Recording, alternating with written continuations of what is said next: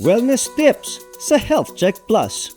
Katawan, kagandahan, kagalingan, ating alagaan. Dito lang yan sa Wellness tips sa Health Check Plus.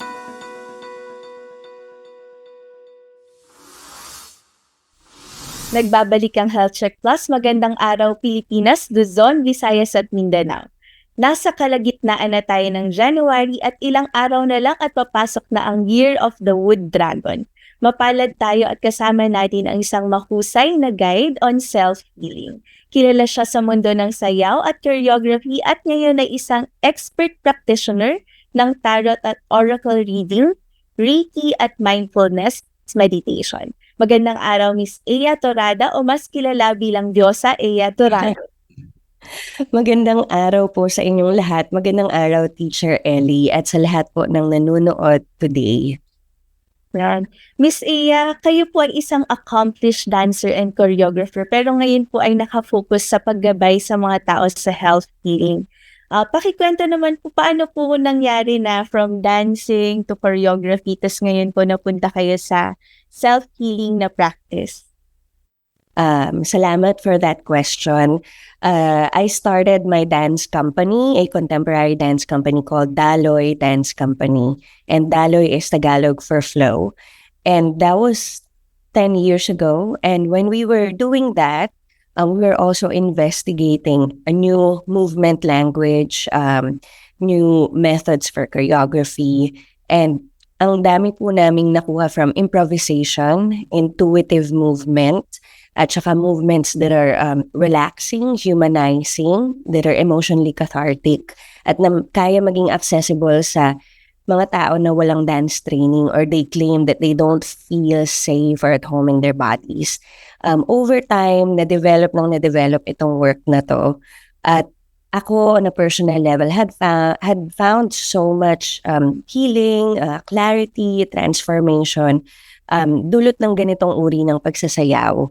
At dahil sa fulfillment that I feel whenever I hold spaces on a one-on-one setting, on a small group or bigger groups, wherein I'm guiding people to release pent-up emotions, to get much closer to their bodies, at ituhog yung mindfulness into an embodied practice. Na-realize ko na maraming nakakatulong to sa mental at emotional health ng mga tao. So doon nag-start at tuloy-tuloy na rin patuloy ako nag-aaral ng mindfulness meditation, ng energy healing, but eventually yung interest ko rin sa tarot and oracle cards. So lahat ng yon parang naiisip ko na all of these, kahit iba-iba silang methods and also sound baths, particularly with crystal singing bowls, na-realize ko na these may be alternative to Western medicine or complementary to Western medicine. Pero nagre-resonate siya sa maraming tao sa iba-ibang paraan. So, lalo nung nag-hit ang pandemic, no, at may lockdown, at nahihirapan talaga maraming tao. We've lost relatives, friends, like a lot of people. Naisip ko na even more now, meron dapat pagpapahalaga sa mental, emotional, at even spiritual health ng mga tao. So, why not offer these things? So, doon ako nanggaling at ayun. So, very interesting po yung naging journey ninyo from choreography. Parang tulad po nung inyong dance studio, dumaloy na din po sa healing. Very interesting to po, Miss Ea. Kakapasok pa lang po ng 2024 at sabi niyo po ay very interested din kayo sa oracle and tarot reading at hindi magtatagal Year of the Wood Dragon. Ano po yung nakikita or mga outlook po para sa taong ito? Oh, okay. Sandali. I'm gonna pull some tarot cards. Nag-prepare ako. So, this is a general reading sa mga manonood at nakikinig sa atin ngayon. But I also, while I'm, checking for the cards para sa atin this Year of the Wood Dragon, gusto ko rin sabihin na while dumaloy na nga doon ang aking career, ganyan, natutuwa rin akong i-share na meron pa ring Daloy Dance Company. So, yung ako bilang contemporary choreographer, At paminsan, contemporary performance artist at dancer ay nandyan pa rin. Ayun. Pero oo nga, dumaloy na nga at parang feeling ko may different parallel careers, simultaneous careers. Um, Yun. Okay, cool. So for this year, I picked 3 cards para sa ating lahat, just a general guidance. And if it resonates with you, think about it a little. Maybe it makes sense. Cool. We've got the Emperor card. At kapag lumalabas po ito, ang mensahe sa atin ng tarot for this year, the Wood Dragon is, it's time to take a strong position, in our own lives. It's time to take the main character energy. It's time to go, wait lang, let me step back and assess the different aspects of my life that are important, the different relationships that are important, different projects that are important, and let me just step back again and ask why, and really have a sense of parang sort of not play chess, but like move things around in accordance to paano na ako nag-change, sino na ako ngayon na pagsa-start ng taon, ano yung gusto ko, ano yung gusto kong puntahan. Ang Emperor card po is like a very masculine energy, ganyan, and archetype wherein it sits on its throne, looks at the entire kingdom, and actually, makes strong decisions that are for the long term, that are for order and structure. Okay, so isa po yan. While also, ang second card naman ay the Hanged Woman. When this shows up, this is a more feminine energy of surrender. Surrendering to things we cannot control, surrendering to the flow of life, ganyan, sometimes to the flow of our day. And it may feel like a direct contrast to the first card, but this year we are being asked to be smart and to have the courage to again step back, assess, create structures, for our lives. But also, the Hanged Woman is saying, this year then, i-balance yun with having fun. I-balance yun with, it is what it is. There are things I can't control, How can I have just relaxation around that, even humor, okay? And then lastly, para po doon sa mga fire signs this year in astrology, at saka para po doon sa dun po sa may mga parang projects, big or small, pero alam nyo po na kumbaga, you're working hard, you're working consistent, unti-unti, ganun kayong tao. This would be a lucky year for you. Okay? This is 7 of Pentacles, which is there's always a season for harvest. There is a season for rewards. There is a season for reaping what you sow.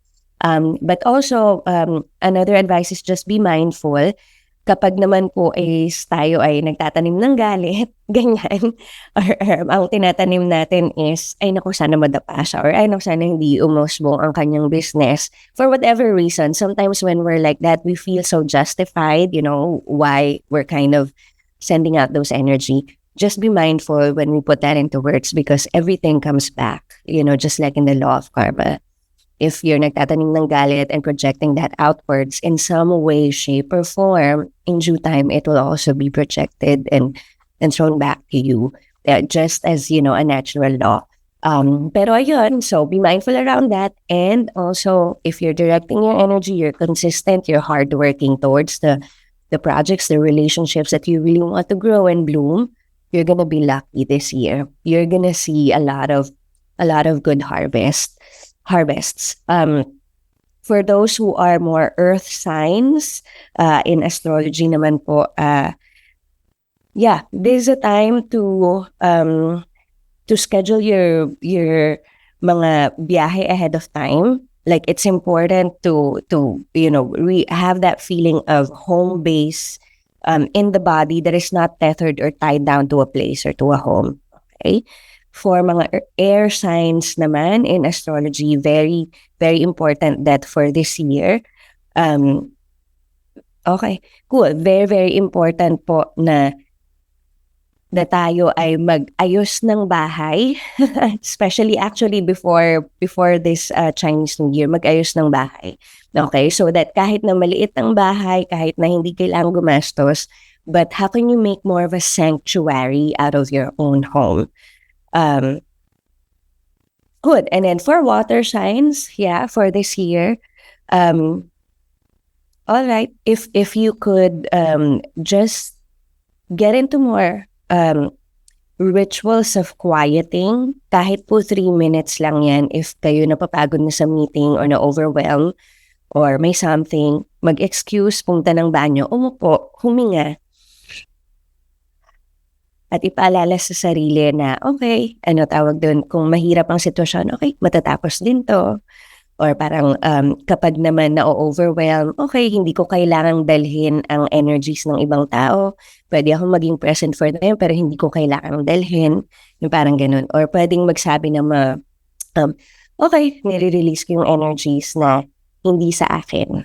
Yung parang ganyan. Okay? Ang water signs po for this year, just, you know, create those moments and habits out of those moments ng pag-ground, pag-steady ng sarili. Ayun. So, yun po ang messages ng tarot cards for us this year.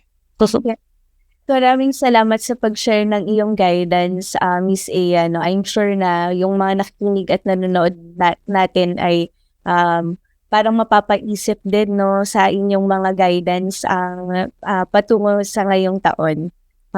Punta naman po tayo sa usapan ng sa inyo pagiging Reiki Master. Sinasabing nakakatulong ang Reiki para mabawasan ng stress and anxiety. Ano po ba yung naging experience po ninyo regarding this one with your clients, tsaka sa practice na din po ninyo? Yeah. So, bali, ang Reiki ay galing sa ancient Japan, ganyan. At ang direct translation niya is Universal Life Force Energy. At ang idea is, it's just very light, touch sa in-person na session, and mainly works with the chakras or energy systems ng katawan. I would say, mga storya from mga clients that receive this is, it's very, very relaxing. Para kang parang in an hour session, parang kang nakatulog ng 18 hours. So, gusto ko rin sabihin na iba-iba, no? But that's a common example na parang meron siyang relaxation. Marami po sa atin pagod, yung parang may feeling na pagod, kahit na hindi naman tayo nag-workout masyado, hindi naman tayo physical masyado, hindi naman tayo masyado lumalabas. So, pag ina-explain ko, saan po nanggagaling yun? Minsan, marami po tayong energies na na-absorb, marami tayong energies na dala, marami tayong emotion na hindi na po-process ng maayos, na dala pa rin natin. Kahit yung kakaisip, mental energy, nakakapagod. So, the idea is kapag nagre-reiki po, kini-clear natin yun lahat. Kini-clear para yung pakiramdam ng katawan is balik siya sa mas neutral, yung parang ganun, at mas magaan. Meron pong iba, may breakthrough in one session. Yung iba naman is nakailang session. Ayun po.